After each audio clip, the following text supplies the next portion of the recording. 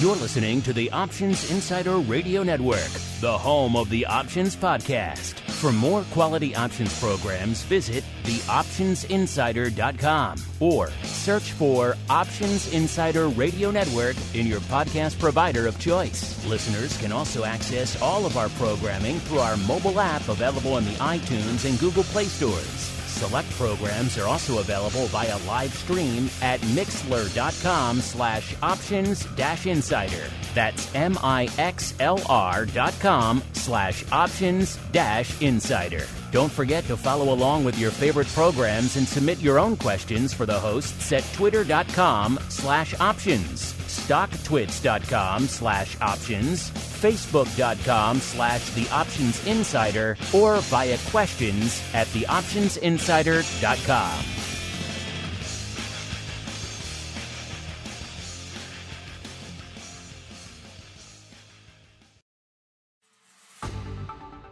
Welcome to Volatility Views, the premier program for volatility traders. Each week, we'll take a deep dive into the world of volatility with in-depth analysis, trading activity reviews, strategy breakdowns, cutting-edge education, and much more. We'll also bring you exclusive conversations with the traders, researchers, and asset managers who are reshaping the volatility landscape. If it involves volatility, then you'll find it on Volatility Views. Volatility Views is brought to you by NASDAQ. From its inception, NASDAQ has been an innovator and agent of change in the financial markets. It's in our DNA, from the development of electronic trading to our drive to bring enhanced functionality and world-leading technology to our suite of 6 options exchanges. We exemplify customer focus, consistent technology, and streamlined solutions. Now NASDAQ is proud to launch the NASDAQ 100 Volatility Index, ticker symbol VOLQ, to its suite of exchange indexes. VolQ uses only at-the-money options to provide a precise measure of NASDAQ 100 volatility. Learn more about this exciting new volatility product at www.nasdaq.com/VOLQ. NASDAQ, leading the U.S. options market and continually rewriting tomorrow. And now, it's time to take a deep dive into the world of volatility. It's time for Volatility Views.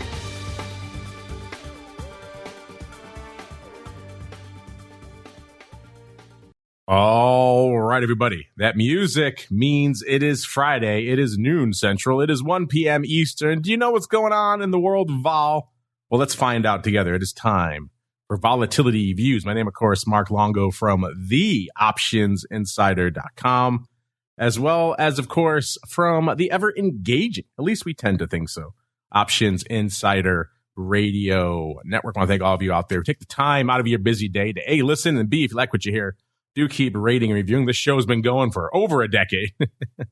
So we have quite the back catalog of reviews, but the algorithm always likes the new stuff and new people discovering the show all the time, thanks in no small part to your efforts out there. So if you do like what you hear, do keep rating and reviewing on your platform of choice. It's available pretty much everywhere.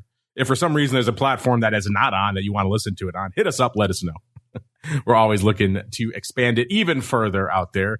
And speaking of expanding things further, if you want to expand your listening horizons, you want your broadcast week to continue beyond Volatility Views, then you want to check out theoptionsinsider.com/pro. You can keep going. You can keep party rocking with us here on the network after Vol Views with Options Oddities. Of course, you get great pro Q&As. We just had Scott Nations on very recently, the creator of VolQ, here in our pro Q&A hot seats, as well as most of the other leading minds in the world of options and derivatives. You get to pick their brains over there, as well as, of course, great giveaways. Congratulations to our pro member Stegosaurus. He won the pro trading crate for the month of February. Of course, live access to this, everything else we do here. So if you want to heckle the Rock Lobster or the Meatball, anybody else here on the show live, only one way to do it.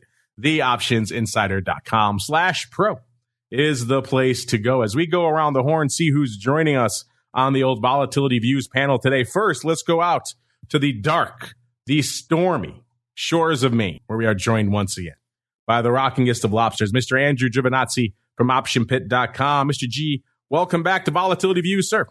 Wow, it is. I'm only here sporadically because Mark just covets this showtime because he just He just gets to talk about volatility the whole time. It is a fun and relatively unique show. Not many other shows doing what this one's doing, if any. There is not. So I'm quite happy to be here, and I will stay quiet about the mystery guest this time. Okay, yes.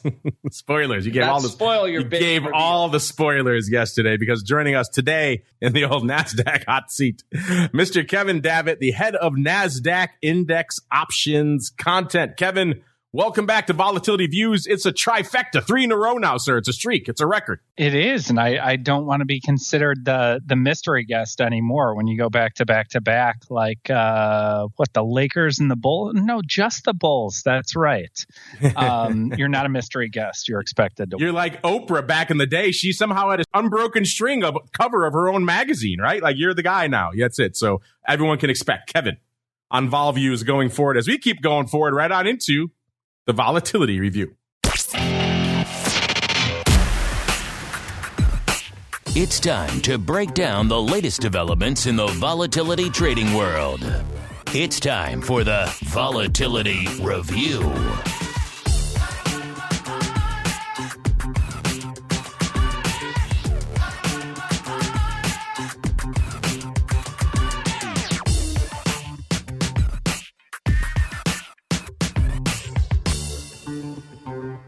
All right, everybody, welcome to the Vol Review, the portion of the show where we do just that. We break down the week that was, and indeed still is, from a vol trading and trending and analysis and unusual activity perspective.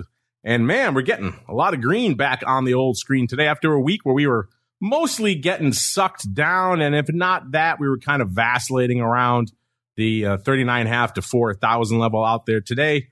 Roaring back to life out there a little bit. S&P up over 50 handles as we're kicking off the show. We're up about 1.35%. The Dow, which has been the laggard for most of these last few weeks, in fact, it briefly turned red on the year out there. I think today's move should undo that out there. But the Dow up nearly 1%, about 0.9%, and the NASDAQ up about 1.7%. So the NASDAQ leading the charge once again, this time to the upside. All of this green on the screen heading into the weekend means vol taking a nice, relaxing sojourn to the dark side. VIX cash down a whopping 3.6 handles when we kicked off the show, at about an 1860 when we commenced operations over here. So well shy of that 20 handle. Not looking great for my crystal ball pick, I'm not going to lie, but we got time. We got time for things to pop off here during the show, get us back to a closer level for my vol pick. We also got VVIX at about a 75, down a whopping 12 handles. VVIX looking like it has no cares left in the world at this point. We used to say on a regular non-post-pandemic, non-crazy markets time, back, let's say, a decade ago on this show, when VVIX got down to around a 75, we would always say, that's kind of low. That's usually at the bottom of its effective range or pretty close to it. Chances are it's probably not going to hang out there for long. And that was back in normal markets. These days, all bets are off. But if past is prologue, probably not going to be hanging out at a 75 for too much longer. But we shall see. Now that I've said that, we'll be hanging out in the 70s for a month. And then, of course, Vol Q, a.k.a. the at-the-money vol of the NASDAQ 100. No skew here. Straight at-the-money vol. 23.35 when we kicked off the show, down about 3.25 points from where we were this time last week. All right, a lot to unpack. Let's start in the old NASDAQ hot seat. Kevin, a crazy week, a lot of vacillating for the most part until today, where we're starting to see a little bit of upside out there on the screen, a little bit of downside in the vol market. What was catching your eye out there this week, sir? I think one of the points I made last week was that this feels like a trading market as opposed to a trending or investing market. And I continue to feel that way. The point you made a minute ago about, the Dow being the laggard, it in some ways this year looks like a bit of the opposite of 2022. So thus far, you do see the NASDAQ 100 leading as far as the major equity indices are concerned, and the Dow pulling up the rear with the S&Ps and the small caps in between. I wish I knew whether that would continue throughout the year, but I don't. It was kind of the complete opposite last year. And then beyond that, like big picture, what I see is realized volatility levels for these same indices at the lowest levels in quite some time. One other big picture point is that the spread between the MOVE index, so kind of like the VIX for bonds, and measures like the VIX index or VOLQ has become very wide again. And that gives me some pause about the prospect for a continued rally in the face of higher yields. Are you a big MOVE index guy? We talked about it once or twice or many times here on the show, but it's been a while. Some people love it. Some people not so much. You're a big MOVE index guy, Kevin? It feels like we're in a different paradigm now where rates matter far more than they did for the past 10, 15 years. And so I think it would be a mistake to not have it on your radar. And when you have the MOVE index back up in the ballpark 140 range, that does capture my attention. So yes, I would say I am a MOVE index guy again. Again, they lured you back in. Everybody's talking about Roe now. Rates are hot again, so it makes sense. If you're not familiar with listeners, it is the Merrill Lynch option volatility estimate, a.k.a. the MOVE index. It's been a while since we chatted about it here on the show. It's intriguing. There's a lot of different alternative ways to really measure volatility, measure sentiment. The MOVE index is one of them. Mr. Rock Lobster, are you a big MOVE fan? And then B, what else is catching your eye out there in a topsy-turvy week for vol, sir? The MOVE index is what? Isn't that the vol and rates and stuff like that? I'm not totally familiar. I'm not familiar with it. I mean, I know one of my bond guys looks at it, but I guess I should look at it. But I don't, because I'm just a one-dimensional volatility human being. So I have very, very little ability to branch out of my silo. But I do have Bill Griffo, who probably should be on your show because he's really good with this stuff. He follows it a lot, and he just basically tells me when I need to look at it when it's doing something.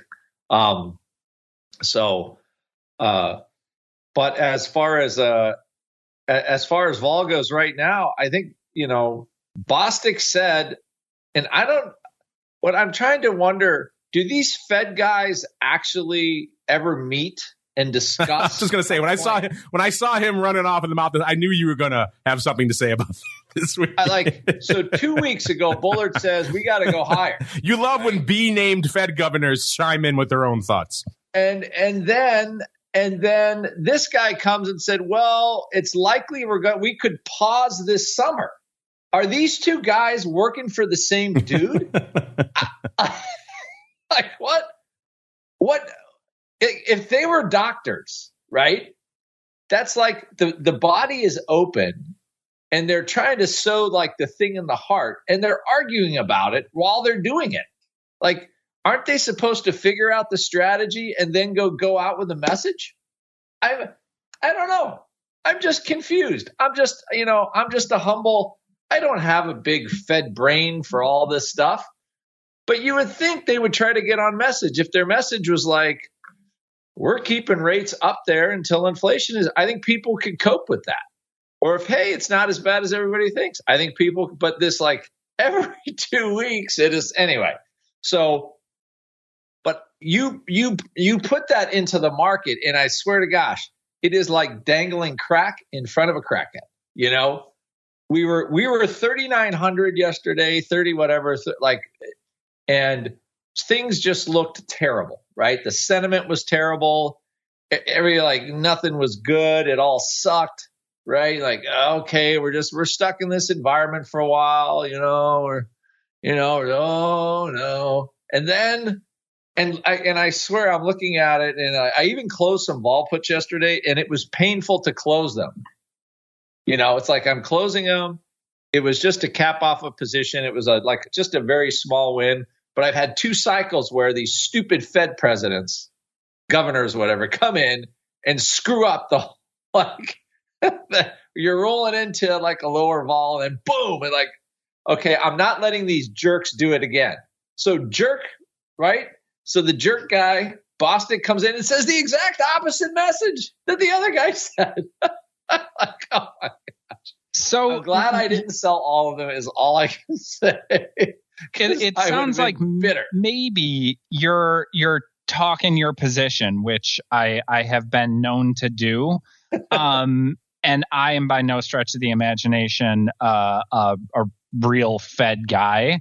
But I think about, like, Andrew, you come from Group 1 days, right? And Yep. you've been on trading floors, and you could work with, say you're part of an index group where different people within the group could have different inclinations. And I think these guys just look at these as their opportunities to get their name out there. Like, I don't even know, is Bostic a voting member this year? I don't know. But the Fed talk and the importance that some people place around it these days, I think might be overblown. But the way it can swing markets from 24 to 48 hour periods is somewhat remarkable.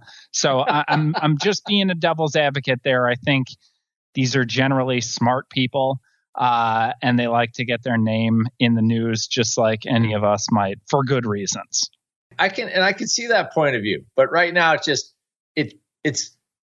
I think it's not as, from a policy point of view, like okay, I guess one guy wants to go on record as the hawk and one guy wants to go on record as the dove. Yeah, but I'm totally pissed, right, that they cost me a bunch of money by doing all this stupid crap. But again, it's my own fault. I could have closed them earlier, of course. But what is amazing is how fast we rip on the notion of this. And that's still, I think, quite amazing. Like, we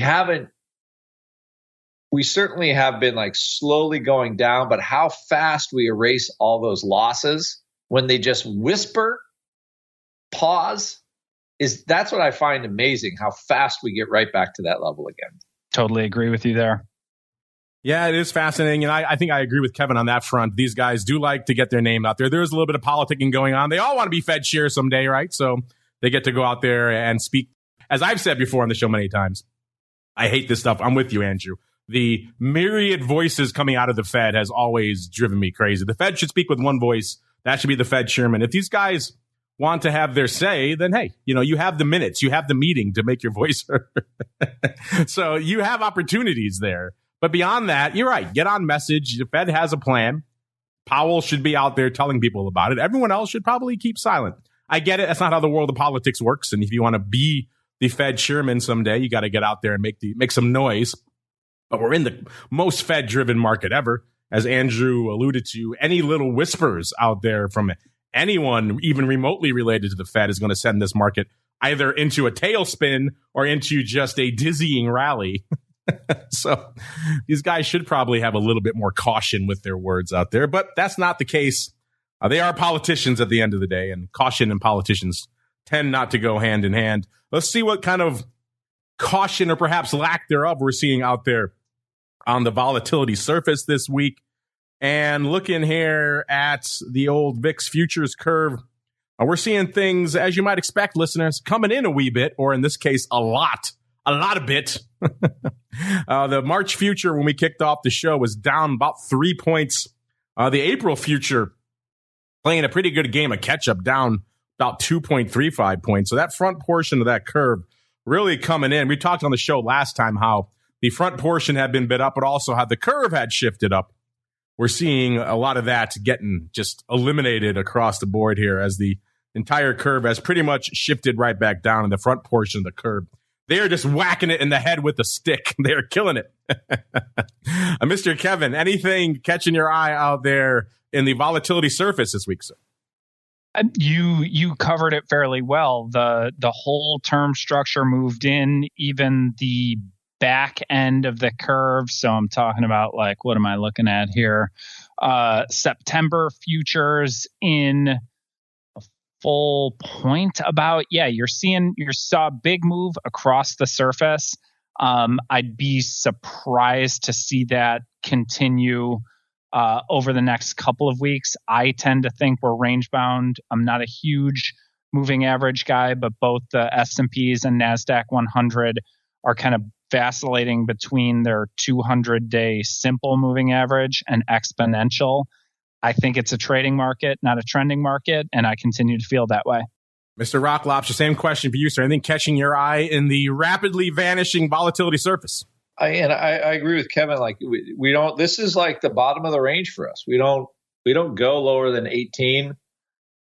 We keep having this orbiting market with these higher intraday spikes. It's like, and I think we're probably down a little more. Today's Friday, but for vol to go below 18 at this point, I mean, you got to get the Fed governors to shut up, basically, because every time they say something, we're going to launch 2%. So it's been very hard for vol to go, south at at this point. So you look at what we have, and I would say the curve is starting to look. Today it will look a little more normal. VIX will mark up, of course, on a little bit on Monday, but you have this sell-off in vol to basically once again is a relatively low level, and you have a non-farm payroll number on Friday next week. You have the CPI on the 14th, and then you have another FOMC meeting on the 22nd, right? And they're taking the vol down now, mostly because we're having a pretty decent rally in the S&P 500. So, like, it would surprise me if we saw a whole lot lower than 1825 next week, because they're going to still hold the vol for all the expected events. So, is this a good time to dump some vol puts today? Yeah. At the end of the day, I'm definitely going to sell some one way or the other, and take some bucks and be happy about it, and not be too grumpy. But I'm going to end up with a lot of upside for nothing. Basically, I think that's all going to go out worthless. But I think that's what we have as far as vol goes. Now, can the S&P go up another 2-3% next week? It wouldn't surprise me at all if it got back to like 4,100, just on the hope that Boston, everybody's like, okay, well, or whoever, now I have to look. I've got on my calendar now. Every time a Fed guy says something, I'm like, okay, well, we could have kind of a move here, so I should pay attention. So I think with that, but I think it's hard for vol to go down. The only thing I will say is realized vol is the lowest it's been in 7 months, 8 months. So we have this thing where close to close, we've had relatively kind of benign action, like if you're measuring it that way. But from a straight straight market moving around, it has been relatively quiet since the beginning of the year. Like we're at I'm going to say as low as we've been in the last 2 years, realized vol rise right now. So that probably means something's going to happen. I don't know what's going to happen, but stocks tend to rally when realized vol is lower because you have a little bit more relaxed. Everybody has a little more confident what's going on. Maybe, and what I would say is maybe there's some confidence now that 3,900 is kind of a relative low, and that's enough to keep the market from falling apart. So I would say it's not from again, vol point of view, realized vol super low. And at this point, implied vol is going to adjust somewhat to that lower vol. Last year, everything was in the mid 20s for pretty much most of the year from a realized vol point of view. And we're steadily staying under that right now. So, I mean, but I think as Kevin said, like those drops in vol now from this level are hard won. Like we need 2 weeks of not much happening to get kind of to the next level. And we just haven't, we haven't had it yet for a sustained period in the last year. So Kevin, I'll let you take it from there because The only thing I would add, I think those are all salient points, and I can't take credit for this little tidbit. It came out of Susquehanna, but and Susquehanna thoughts aside, the VIX index, the past 7 straight trading days, the index moved less than the S&Ps, which is highly unusual. So the implied vol has remained relatively firm. But to Andrew's point, I look at average true ranges. So you are incorporating with that measure the intraday moves, and looking at the S&Ps, it's down to very near 50 in terms of ATR on a 2-week basis. You have to go back to the very beginning of 2022 to see measures that low.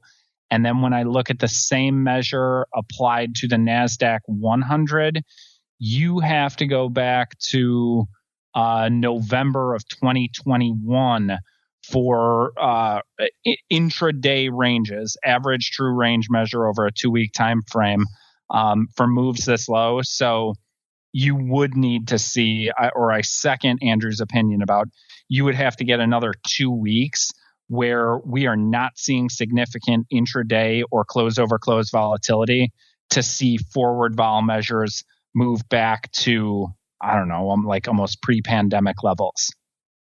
Let's see what we're seeing out there on the vol options front. Let's kick it off in vol Q land. Remember the at the money vol of the NASDAQ 100. Let's look at the top 5 for vol Q options this week. Number 5, we've got the March 25 puts. Number 4, we got the March 24 puts again. So somebody likes that put vertical out there. It's been open for a little bit. Number 3, we got the March 24 calls. Number 2, we got the March 22s. And then rounding out the top 10 yet again, we got the March 18. Somebody likes those out there as well. Maybe a little bit of a flavor of the in the money paper we were starting to see on some other products out there like spikes. Let's get on out to the land of the VIX options. And we were saying, post-Fed, it seemed like VIX options had really shifted into another volatility and volume regime because they were putting up some numbers. And that's reflected in the ADV. Until this week, we kind of saw a bit of a quiet start to the week. We didn't see a lot of VIX paper hitting the tape. And as a result, the ADV has started to come back down. It's back to about 660,000. That puts it down about 30,000 contracts on the week. Still frothy, still about 160,000 contracts north of where it was heading into the Fed announcement. So it's still up from there, but coming back a little bit this week. They can't all be banger threatening 1 million contract days out there, listeners. Even though today looking decently robust from a volume perspective, as we're kicking off this segment, about 534,000 contracts on the tape in VIX today. We'll break down all that paper in a second. First, let's get to what's open out there. What are these size positions in VIX options right now? And if you're looking for a put, the Rock Lobster was lamenting earlier having to sell his puts. If you're looking for a put in the top 10, there's only one to find, listeners.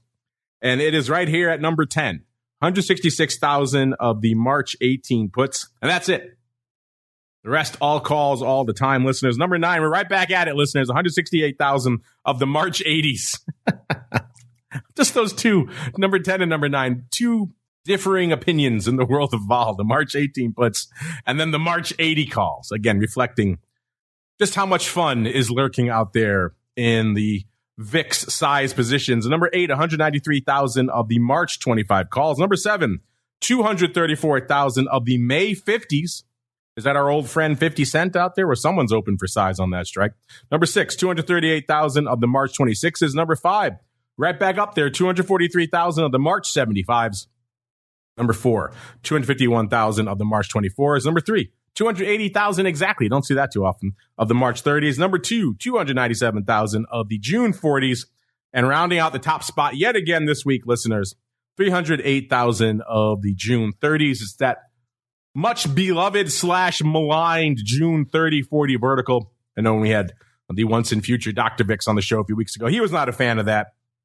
A lot of people could take issue with longer term verticals in general, VIX or whatever product you want to look at, not really being the best way to capture the upside. But nonetheless, someone has done it to the tune of about 300,000 contracts out there. Like we said, today, a decently active day, about 534,000 contracts on the tape, including, speak of the devil, looks like our friend is back out there in VIX today because looks like we have 109,000 of the June 30-40 vertical going back up out there today.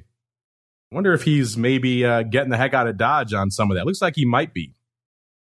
Looks like it went up 71 cents. He may have dumped that bad boy out about 104,000 times to start the day. Either way, number one and number two today, listeners, are the June 30s and the June 40s, both with 109,000 contracts. So that's probably to blame for the decent day. I was kind of surprised when I looked at the volume numbers, just how much paper was going up today. And that vertical would account for a lot of it. Number three, we fall off quite a bit, 50,000 of the March 30s.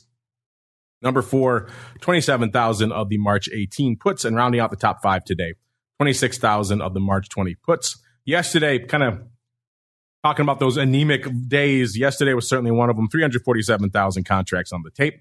The big dog, such as it was, 29,000 of the March 30s, followed by 24,000 for number two of the March 20 puts. Number three, 24,000 of the March 25 calls. Number four, 21,000 of the March 35 calls. And rounding out the top five on a pretty anemic Thursday, we had 18,000 of the April 18 puts. Wednesday said, hold my beer, kid, only doing 327,000 contracts. So another light day. I think that was the lightest day of the week. Yeah.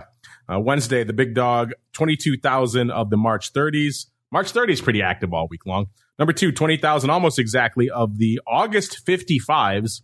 So the AUG doubles going up on Wednesday. Number three, 16,000 of the March 19 puts. Number four, 15,000 of the June 20 puts. And rounding out the top five on Wednesday, 12,000 of the March 18 puts. Off to Tuesday, a little bit more paper, but not much. 365,000 going up on Tuesday. The big dog on Tuesday, 24,000 of the March 25s, followed by 21,000 for number two of the May 32 halves.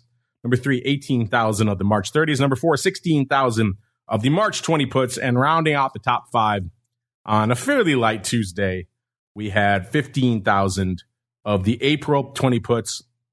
Monday, kicking off the week with 430,000 contracts. The big dog on Monday, 31,000 of the March 18 puts, followed by 25,000 for number two of the March 19 puts. Number three, 22,000 of the April 32 halves. Number four, 20,000 of the June 19 puts. And rounding out the top five on our kickoff to the week on Monday, 19,000 of the March 65 calls. Mr. Rock Lobster, we'll start with you. Anything catching your eye? And have you had a chance to get any more color on this June 30-40 that went up for size today? Do you think they are unwinding some of it, sir? I mean, as far as I thought, there was a lot of like sporadic action and like some of the March puts, like 18 puts today, 22 puts today. I don't have any particular color on the June, sadly, but I mean, so is this, and this one was like a straight call spread? I mean, my guess would be that they would be adding more unless I'm totally wrong. I don't know. Did you get some Flowmaster impetus on this? But it went up looking like a sale. That doesn't really mean anything. They could have done it tied and a bunch of different things. You're right. My first inclination is they probably would have been adding more too, because it's a strange time to be unwinding your vertical now. But right, we've seen crazier things. Like I know, and I think if they're unwinding a third of it, right, because there's 300,000 open. I mean, if they're unwinding a third of it, that's not. That's like, you know, they're kind of giving up, sort of, you know, like, okay, we're going to take our June hedge and we're going to go away and, you know, hide under a rock. So I would be surprised if they're closing it, because there's no way they made money on it in any way, shape, or form. No, they took a bath. Yeah. So I think to me, it's kind of an odd close as that goes. So that's what I would say there on that. But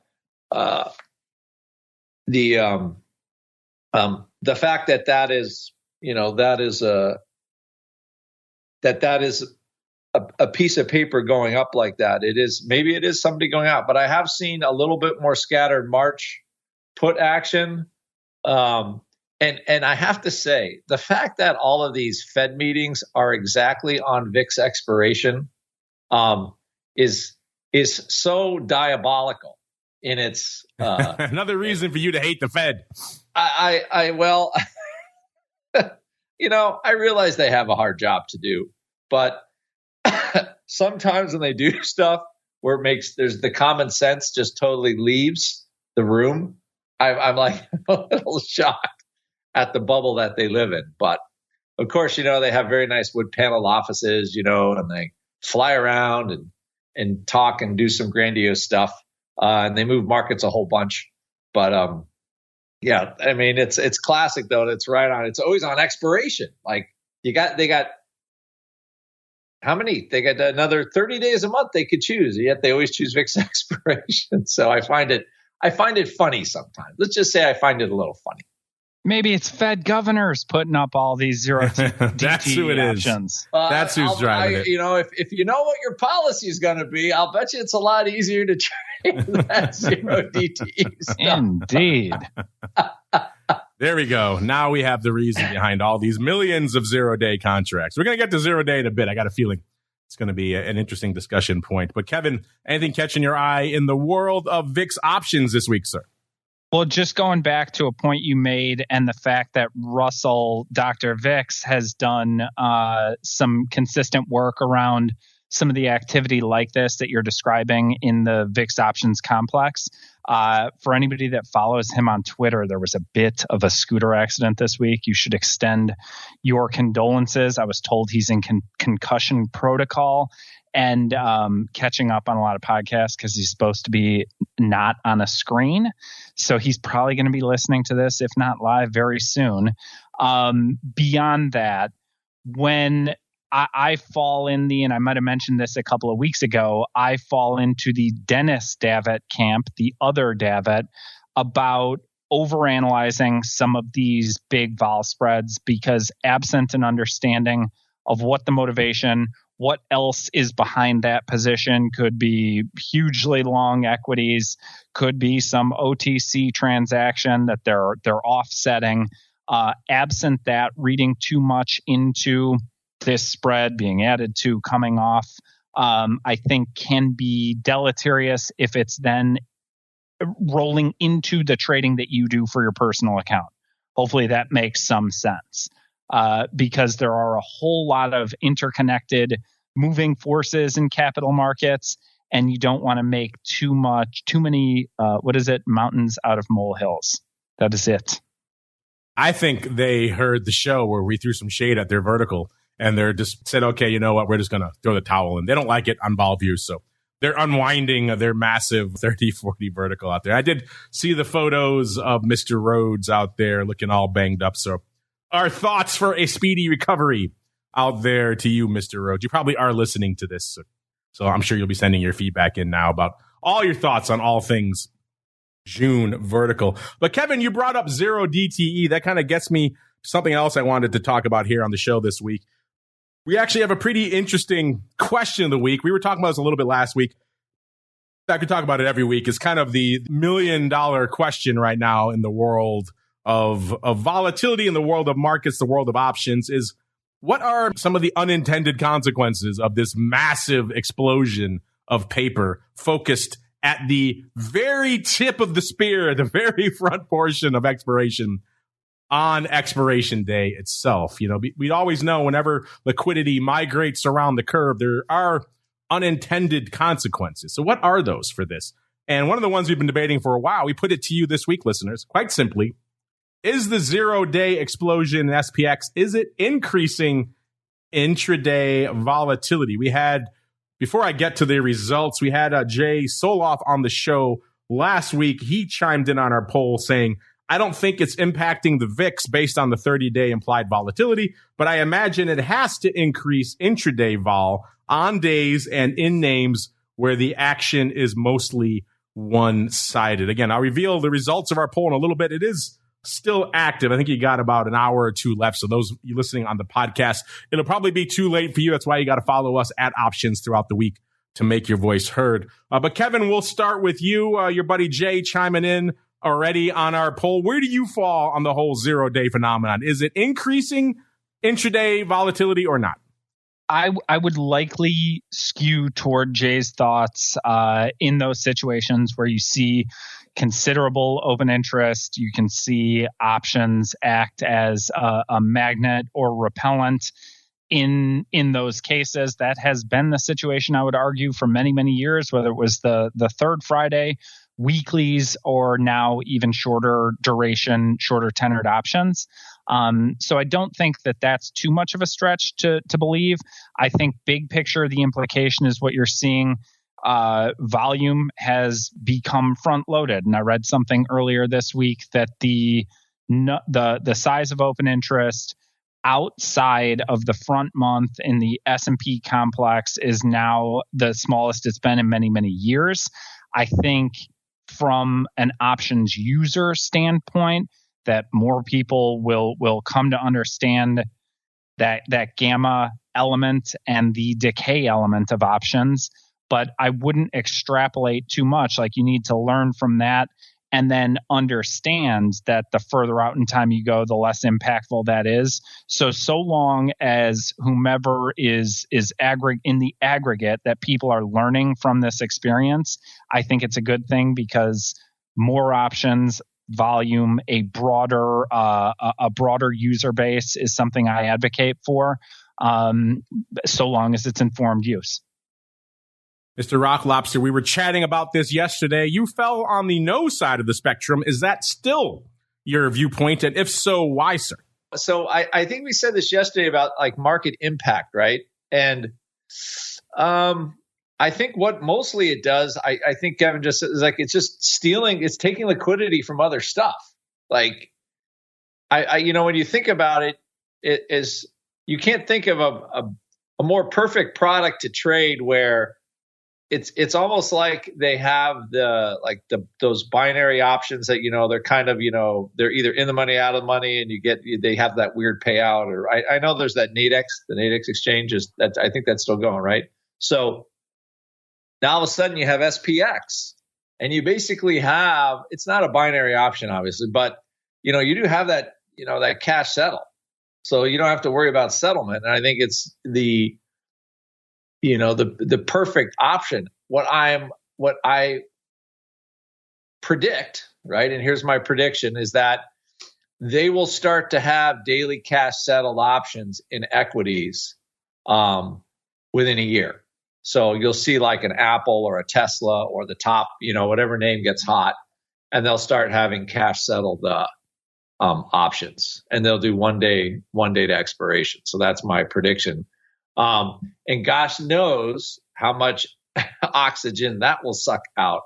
But I think overall, the only trend we have seen, Mark, since we started, and I laugh at this all the time, but and I say it to my students, like a volume on a daily, on a weekly Apple option at the money was more than my whole exchange traded when I started. The whole Pico's floor. And that's only one strike now. So I think, things that drive volume, as long as there's good transparency, and the clearing function works, I think overall is good. As far as people kind of getting into trouble, I think that ship has sailed. The weeklies have been around now for several years, almost a decade, probably, 7 years, something like that. So I don't think that really is a problem. Also, cash settled is not a problem. I mean, you can get stung for sure, but you trade a spread cash settled, how much trouble can you get into? So I think overall that options were invented a certain way many moons ago. You had stocks. Their best idea was to come up with an option that settled to the stock, and all the cash settled stuff, happened later. Like the OEX, which started everything, and was really kind of the first, like what I call mega product, in the 80s. And now, you're starting to see the exchanges. Now they're all competing. Like, okay, it's going to surprise me that one of these 500 exchanges that we have does not come up with a cash settled daily Apple option. Like, these things are going to happen. And as soon as, the hardest part is the OCC and everybody else clearing them and trying to figure out how to do it. But like, I don't see how it doesn't happen at this point. Nobody is looking at what's going on in the SIBO and saying, wow, that's a bad idea. We shouldn't do that. I think it's inevitable. So everybody should just buckle up and get ready. Because if there's one thing that we know about this industry since I've been doing this for 30 years, is that, hey, it's another week. Something's going to change. We would have never predicted when we started, Mark, that there would be no floor traders anymore, or essentially there aren't any. And that all the floors would shut down, basically. That was not on my bucket list of things to happen when I was trading. So, but it's happened, and you adjust. But I think you're going to see a lot more. I think you're going to see a lot more cash settled options, and I think that's the magic wand, so to speak. It's just like VIX didn't take off until the futures, started trading, and there was an underlying. And it's just like anything else. You need that extra thing to make a product a killer product. And I think, in the zero DTE realm, I think the cash settled is the magic formula on it. Andrew calling for cash settled Apple options within a year. Kevin, take that back to your folks over there at NASDAQ. See what they can work up for us. Yeah, I'm going to steer clear as an exchange rep of whether or not that might be in the pipeline. But Andrew, you make such good points about how forward-looking, how flexible the industry has become and how it's been demand-driven. Going back to kind of the original question, if I'm somebody that likes to trade markets actively and I look at the number of tools in front of me, I think from a big picture standpoint, the zero DTE exposure, the cash settlement, which is across the board on index options, so that includes your NASDAQ 100 complex, and people appreciating that style. But if I were a futures trader and I can now use these cash settled daily index options, I might move some of my exposure that way. I don't believe that there's been any meaningful tick down in futures volume, but I do think that could be one of the sort of tangential impacts over a long time frame. Funny you say that. I have a data point just along those lines. But first, before we get there, let me pay off what our audience thinks, because at the end of the day, the audience, you folks, are the ultimate arbiters of all things going on in the world of options and volatility, listeners. And right now, you are agreeing with me and Kevin and Jay, and you're saying, the heck with you, Rock Lobster. 60.8% of you saying, yes, they do increase intraday volatility. 39.2% saying no. Like I said, about a couple hours left. So if you're listening live, make sure you voted. If you're listening after the fact, I think you missed the boat if you haven't voted already out there. But you mentioned the futures, Kevin. That was the other point I was going to bring up.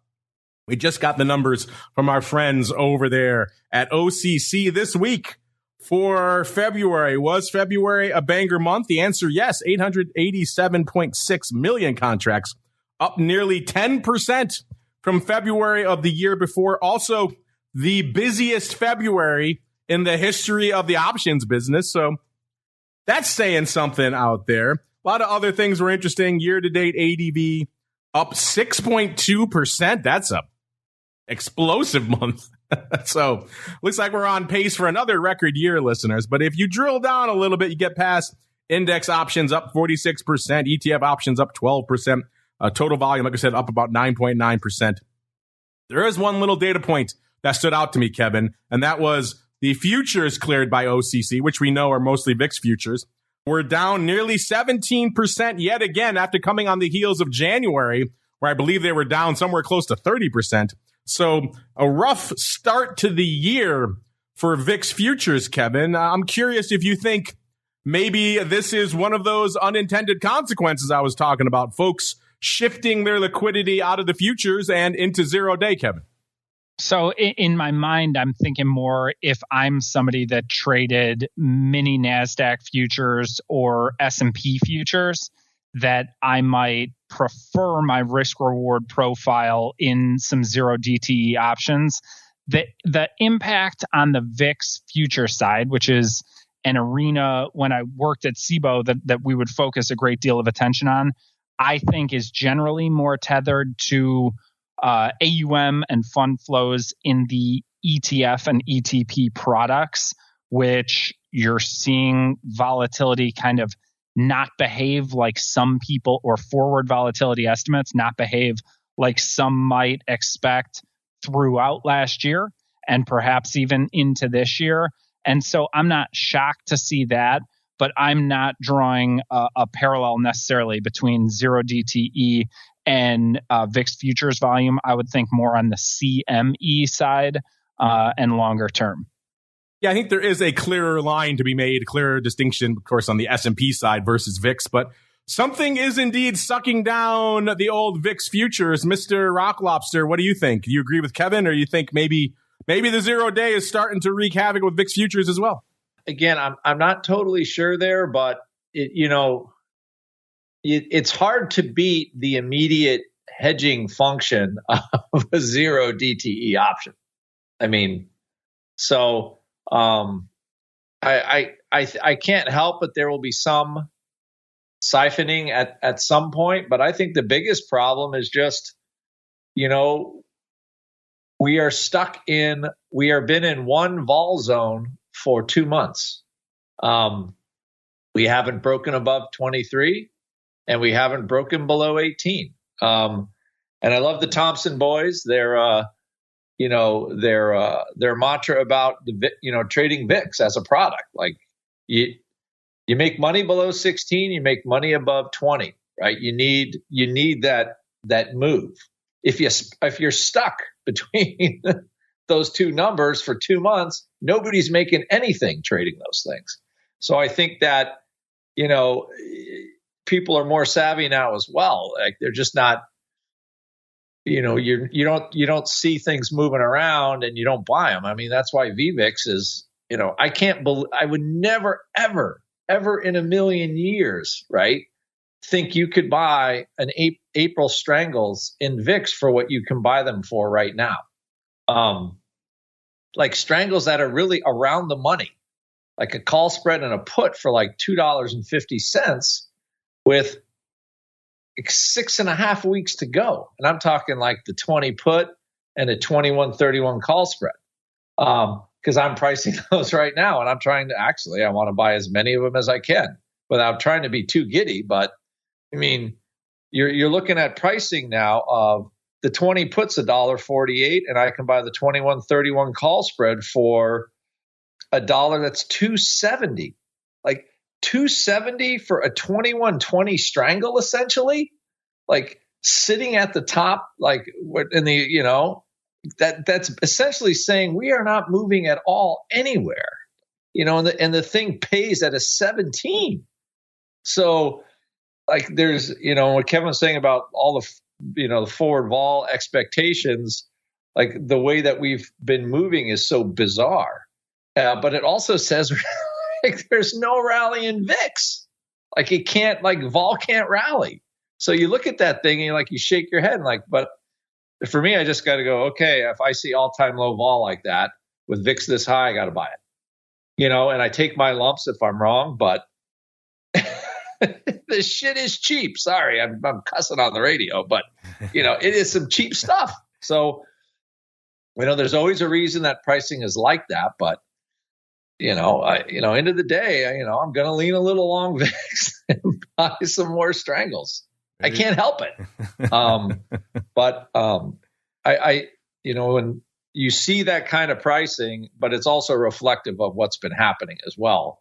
And what Kevin and I were saying earlier about, we need a little bit longer of a cycle of lower realized fall. But if we get that over the next 2 weeks, how low are we going? Like how low could maybe see a 15 or 16 handle, and then all of a sudden those strangles look pretty good. Speaking of all things 0 day, right before showtime, Mr. Scott Nations, the creator of VolQ, he knows our show schedule, and he tweeted out that he's introducing the nation's 0 day Voldex. So he's going to start crunching those numbers. He says it's still in a work in progress because things get really odd during the last hours of the day, which, they are kind of quasi-binary, so that does happen. But he says, but tell us what you think. So check him out if you're not following him on Twitter, listeners, at Scott Nations. something I'm sure we'll have a chance to talk about the next time he's on the show. But now it's time for us to keep on rolling into the most difficult, the most dangerous portion of the show, listeners. It is time for the crystal ball. It's time to peer into the future and reveal what the volatility gods hold in store. It's time to look into the crystal ball. All right, everybody, welcome to the crystal ball. And we haven't seen a ton of vol evolution over the course of the show. You know, I was hoping for a little bit of a rally in the vol, listeners, not to come to pass for me today. I was at a 21 double in VIX, so I still had a 20 handle. And no joy for me, 1886 or so right now in the cash. A vol Q, so the at-the-money vol at NASDAQ, I was at a 25. Still dialing that one in a little bit, listeners. It's at about a 23.5 right now, so no joy for me there either. The meatball was just going upside all day. He was 24.42 on VIX, 28.82 for Vol Q. So no joy for him. Jay Soloff, our guest from last week, he was at 19.75, so a little closer than me, but no joy for him on VIX. Vol Q, 24, excuse me. So he's about half a point away on Vol Q. And then, Kevin, you were at a 21 even on VIX, so no joy there, and a 24.5, about a point away on Vol Q. So all that a long way around to saying no winner chicken dinners for us. Quick scan here. Our producers will go through the full list of all of our listeners to see if anyone had anything close here. I see a bunch of 26 handles. Oh, those are Vol Q. Give me Vol Q first, producers. That's what's throwing me off. I was like, 26 handle. Wow. All right. So a little bit closer here on VIX. Still mostly 20 handles. I don't even see any teens, but they'll go through it with a fine-tooth comb, listeners. And if you're within a tenth of a point, our margin of victory, you too can win fabulous prizes. All that a long way around to saying, Mr. Meatball, I should say Mr. Rock Lobster, you were not on last week. You did not have a chance to lose, so you got to go first this week. What are you feeling for VIX and Vol Q, sir? I'm interested to see what Kevin says, but I can't scum him, obviously, if I have to go first. So I'm going to say, because we have that non-farm payroll number, and everybody will get excited and come back. Like, I'm going to just stick with the trend we have here and see, I'm going to say 1828. And what do you got for Vol Q? Oh, Vol Q? Oh, dear. Let's see here. Is that that's a NASDAQ vol. Wow, it's hard for that really to go down. I'm going to say 22. I'll say 22.99 for Vol Q. 22.99 for Vol Q. And tell you what, Kevin, I will give you pride of place. You get to go last. You get to scum us all if you like here, because I will go next. I will dive bravely into the fire. I have been feeling more upside on vol of late, or at least less downside than a lot of these guys have been feeling. We've got the non-farms next week. That does kind of throw a wrench into. We can get another one of these surprise numbers and everything's off to the races again, or it could be just a lot of the event vol coming out of the market. So it's kind of hard to see a massive case for a lot of upside in vol next week. Again, barring some real crazy surprise on non-farms. I'm going to say 1956 for VIX, so a little bit more juice, but not much. And then good old Vol Q. Let's see. I was at a 25 even this week. We're at a 23.5. I don't hate a little bit extra there. I'm going to say 23.89 for Vol Q. All right, Kevin, feel free to scum away, sir. The floor is yours. I love the way you guys set that up with the scumming. This is gonna be a clustered pick this week. I think we're gonna see a very similar landscape a week from now. Maybe vol holds up on a relative basis into the number, comes back out again. I'm going 18.5, nice round numbers on VIX. I'm going 23 even on VOLQ. I'm out. There's your market for next week, listeners. Hit us up in the live chat if you're listening live with your predictions. And of course, if you're listening after the fact, get them in quickly so you too can win fabulous prizes. All right, listeners, that music means we are done with all things volatility for this week. If you're listening on demand, that will conclude your broadcast week with us. Thank you for joining us. If you're on the pro side, stay tuned. We'll be back in a little bit to break down the week that was from an unusual activity perspective. Let's get weird. Let's get wild. A little bit of the old options oddities. But before we go, Mr. Rock Lobster, sir, folks want to check out everything you got cooking in the land of vol. Where should they go? What should they do? Yeah, go to optionpit.com. Also, I have a presentation on Money Map Press on Wednesday at 8 p.m. If you want to learn how to trade this kind of what we'll just call a hedge strategy, I'll be introducing it over there. So for people that are new to hedging strategies, you can check it out there for income style trades. But yeah, 888-TRADE-01. That option pit is still home. So give Andrew or Ted a call. And if you saw this show and you want some of our education products, you get 10% off by just saying, hey, you heard the show. There you go. 10% money in your pocket. Speaking of money in your pocket, Options Queen in our chat. She's got a 17 handle for VIX next week, 1790. She's usually pretty prescient, so interesting. She's getting in on the old fade. A bunch of guesses coming in. We'll get them all calculated for the show next week. And Mr. Kevin, as the holder of all options content over there at NASDAQ, what can folks look forward to on the options content front from NASDAQ? Just going to say I'm sad I can't offer any discounts. I will point out that if you clear as a customer, NASDAQ index options do not have a surcharge. So find out how your orders are handled. That's not the case across the board in the index landscape. I would point out that I'm doing a webinar with our friends at Thomas Petterfy's group next week. We're going to have on Invesco and part of NASDAQ's research group. You're going to see a lot of Invesco commercials coming up because it's March Madness time. I'm very excited about that. And if there are advisors that listen to the show, which I'm sure there are, take a look at NASDAQ NDX Connect. There's some cool tools for overlays for strategies. That's with our partners at Volos. So I thank you for the opportunity to be here, Mark. I enjoyed it, Andrew, and I look forward to coming back again, back to back to back to back. There you go. Keep the streak alive. Check out all that great stuff over there at NASDAQ.com. We know there are advisors lurking. We just did our advisors options show earlier this week with Matt from Orats and some other great special guests. So there's a lot of advisors lurking in the audience as well. Like I said, that is going to do it for us here on Volatility Views. Also going to do it for us on the on-demand side of the network. Thank you for joining us this week. Have a safe, a pleasant weekend, and we'll see you back here next week, another episode. Volatility Views.